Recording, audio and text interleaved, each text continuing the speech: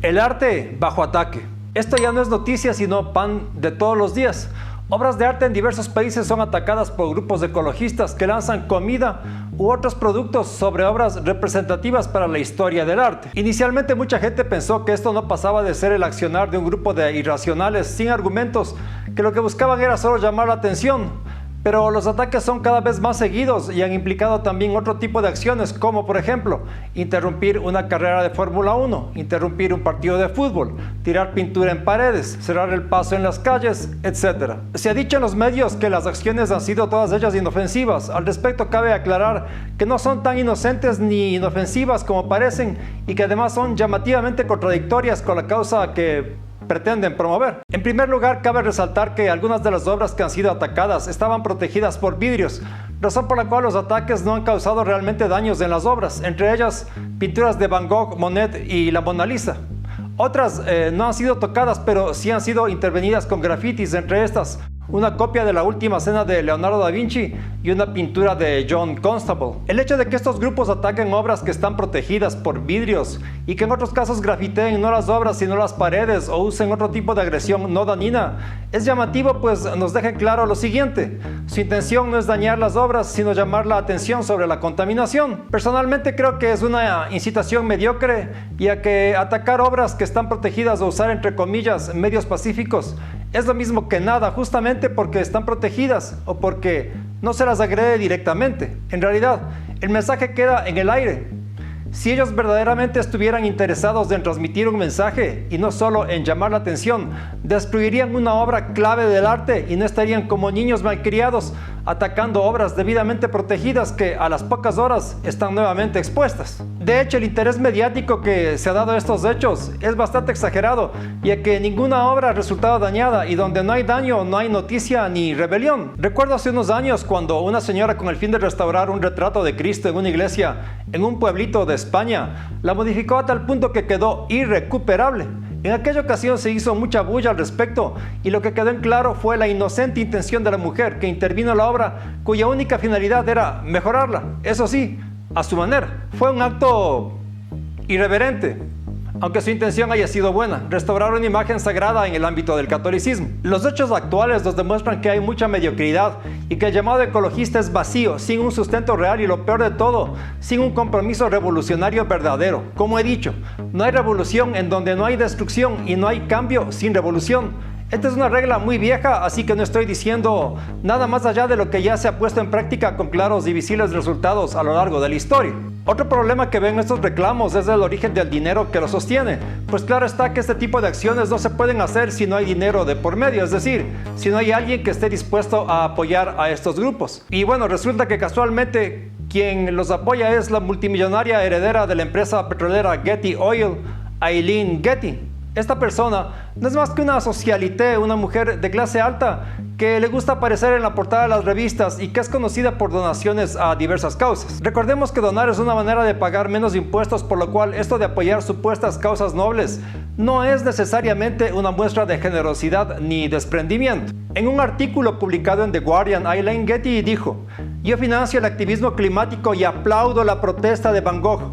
Esto último en referencia al ataque con sopa de tomate a una de las pinturas del pintor aquí mencionado. Ella dice estar orgullosa de este ataque y del supuesto diálogo que se ha generado en torno a ello. Dice ser la hija de una famosa familia que construyó su fortuna en torno al petróleo y argumenta que justamente por saber del tema, sabe también del daño que los combustibles fósiles causan a la ecología del planeta. La empresa de su familia fue vendida a Texaco en 1984, pero el dinero que ella usa para promover a estos grupos y activistas proviene justamente de una herencia derivada de la venta de dicha empresa, es decir, es dinero del petróleo. Getty dice también que su única motivación es luchar por un planeta habitable para nuestras familias y que no piensa en el pasado, es decir, en que su dinero viene del petróleo, sino que piensa en el futuro. Pregunto, ¿palabras bonitas para malas acciones? Finalmente, en el artículo antes mencionado, Getty se defiende diciendo que ella no da el dinero directamente a las activistas Just Stop Oil, Extinction Rebellion y otros, sino que lo hace indirectamente a través del así llamado Fondo de Emergencia Climática, del cual, dígase de paso, es una de sus fundadoras. Hasta el 24 de octubre de este año, los manifestantes de Just Stop Oil han sido detenidos 1.880 veces, mientras que 7 simpatizantes están actualmente en prisión. Entre los millonarios que han dado dinero para estas causas están Trevor Nilsson, empresario, inversor, emprendedor y filántropo estadounidense; Rory Kennedy, hija del senador Robert Kennedy; y Eileen Getty, nieta del magnate petrolero John Paul Getty. Pero profundicemos un poco. Las acciones contra diversas obras de arte tienen el supuesto interés de llamar la atención para que la gente y las grandes empresas petroleras y gobiernos hagan conciencia sobre el daño que generan para el planeta los combustibles fósiles. Según estos grupos, se nos viene la extinción y prácticamente el fin del mundo. Manejan un discurso catastrofista. Recuerdo que por el año 93 leí en una revista de divulgación científica la entrevista a un ecologista que decía que el mundo se iba a acabar en 10 años.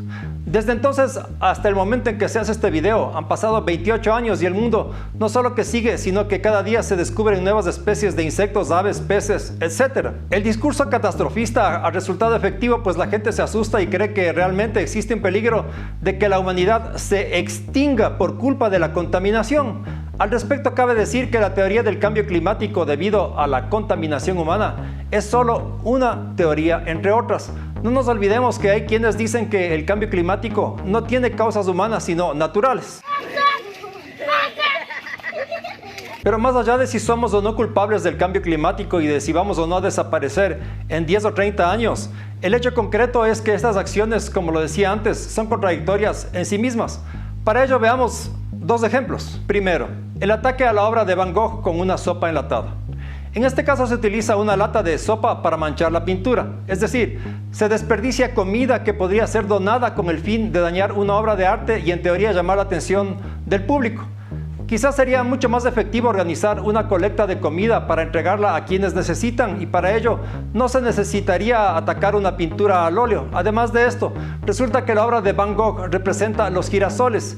Se trata de un grupo de girasoles que el pintor tuvo ante sí y que pintó, es decir, esas flores que se marchitaron y desaparecieron con el tiempo, se mantuvieron vivas en la obra del artista.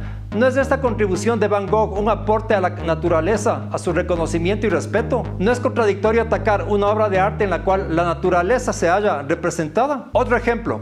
En este video pueden ustedes ver cómo un activista tira pintura o un material semejante a unas paredes. ¿No es esto generar un daño al medio ambiente? ¿A dónde va a parar ese material? ¿No irá a los desagües que a su vez contaminarán los ríos y los mares? No creo en este tipo de acciones mediocres que en realidad lo que hacen es hacer quedar mal a los movimientos ecologistas, pues el porcentaje de rechazo es altísimo, lo que demuestra que los activistas no están logrando su objetivo. Además, resulta como mínimo sospechoso que gente millonaria use dinero del petróleo para promover este tipo de acciones.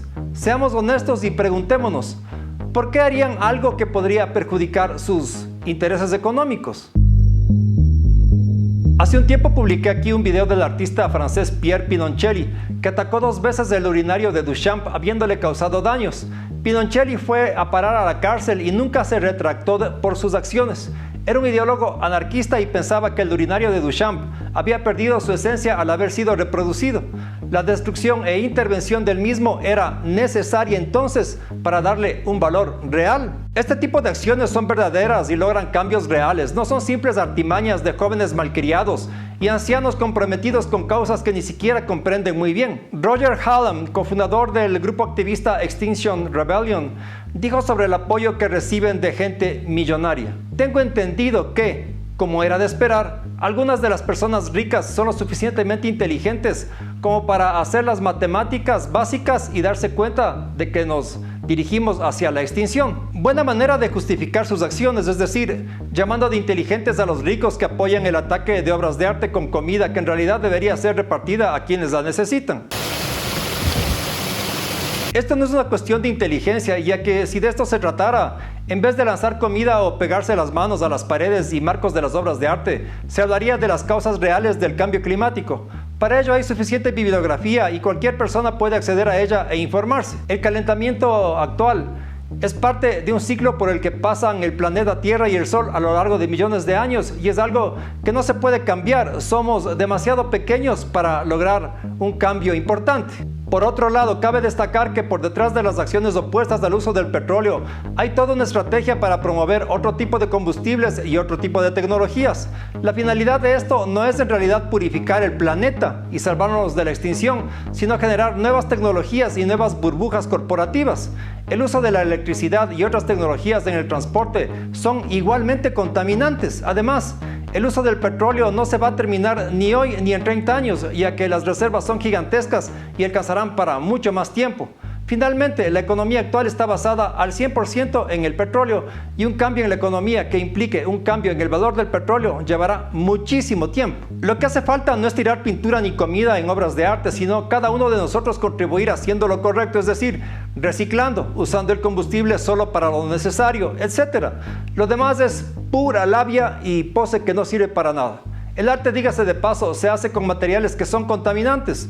No nos olvidemos de qué son hechas las pinturas al óleo o acrílico, de dónde provienen los pigmentos. No nos olvidemos tampoco de dónde proviene la ropa que usan los activistas y los celulares que usan para hacerse las selfies cuando hacen sus intervenciones. Todo eso es contaminación. No se puede salir del pozo estando enterrado en el pozo. Hace falta tener una visión mucho más amplia de la ecología y del arte para proponer un cambio. En el caso del Ecuador, no nos olvidemos de lo ridícula que fue la Bienal de Cuenca, que se planteó como supuestamente ecologista, pero que en realidad no pasó de ser lo mismo de siempre, incluso en el discurso, ya que no era más que impostura, pose y falsedad ideológica. Por otro lado, queda por comentarse el papel de los museos en estos hechos, pues ¿cómo es posible que una y otra vez se permita el ataque a obras de arte que supuestamente están allí con las debidas protecciones y seguros? ¿Es que acaso no tienen sistemas de seguridad e inteligencia para detectar a los atacantes de las obras? ¿O será que en todo esto hay algo de complicidad de los museos para que esto siga ocurriendo? Mucho queda por hablar al respecto. El hecho es que en cuanto no se tomen acciones seguirán habiendo ataques, pero también seguirá la contaminación y el arte no dejará de producirse y resistir la censura, venga de quien venga.